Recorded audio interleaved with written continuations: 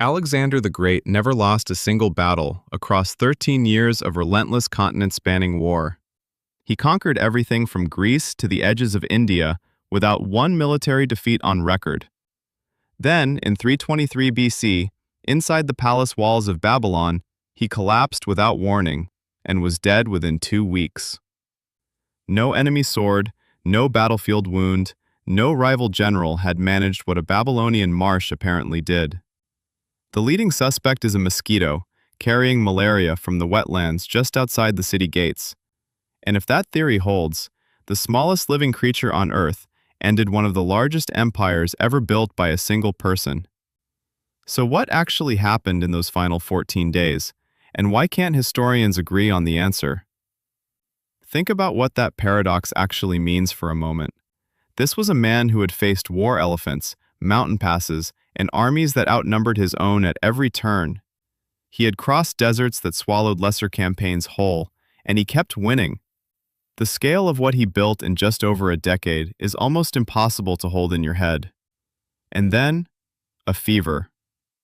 The same question that stopped ancient historians cold is the one that still doesn't have a clean answer today. It started at a dinner party, which is almost too ordinary for a man like Alexander. He drank heavily that night in Babylon, as he often did, and by the next morning a fever had taken hold of him.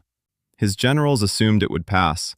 Conquerors don't die from fevers, and this man had survived arrows, spears, and a punctured lung.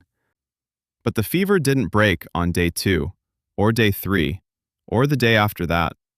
By the end of the first week, he couldn't walk without help, and his voice had dropped to almost nothing.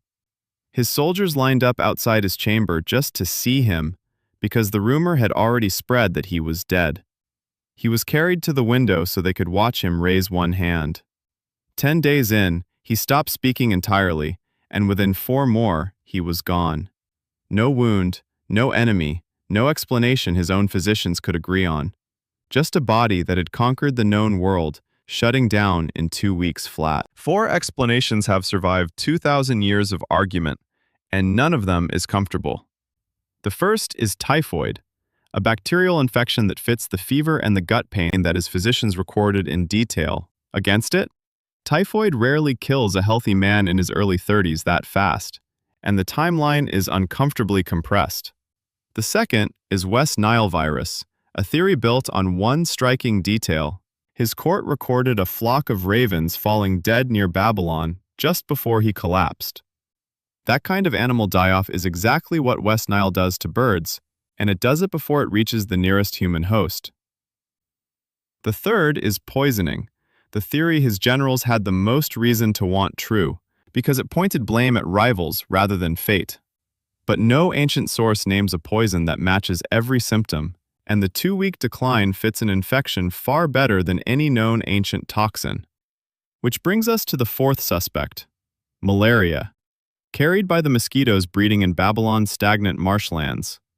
It fits the relapsing fever, the chills, the organ failure, and the exact pace of his collapse better than anything else on this list. No army in the known world could stop Alexander the Great, but something did, and it weighed less than a raindrop. If the malaria theory holds, a single mosquito rising from a Babylonian marsh ended the largest empire the ancient world had ever seen. Think about what that empire actually was. 13 years of relentless conquest, 1 million square miles of territory, and a man who had never once lost a battle. His generals, suddenly without a master, carved the whole thing into pieces almost immediately, and the unified Greek-Persian world Alexander had been building simply stopped. The roads he planned, the cities he imagined, the trade routes that might have connected east and west centuries earlier, all of it dissolved into a succession war that lasted 40 years. You're left staring at a fever chart and wondering how much of human history pivoted on one bad night in a marsh. The smallest creature on Earth didn't just kill a king. It may have redirected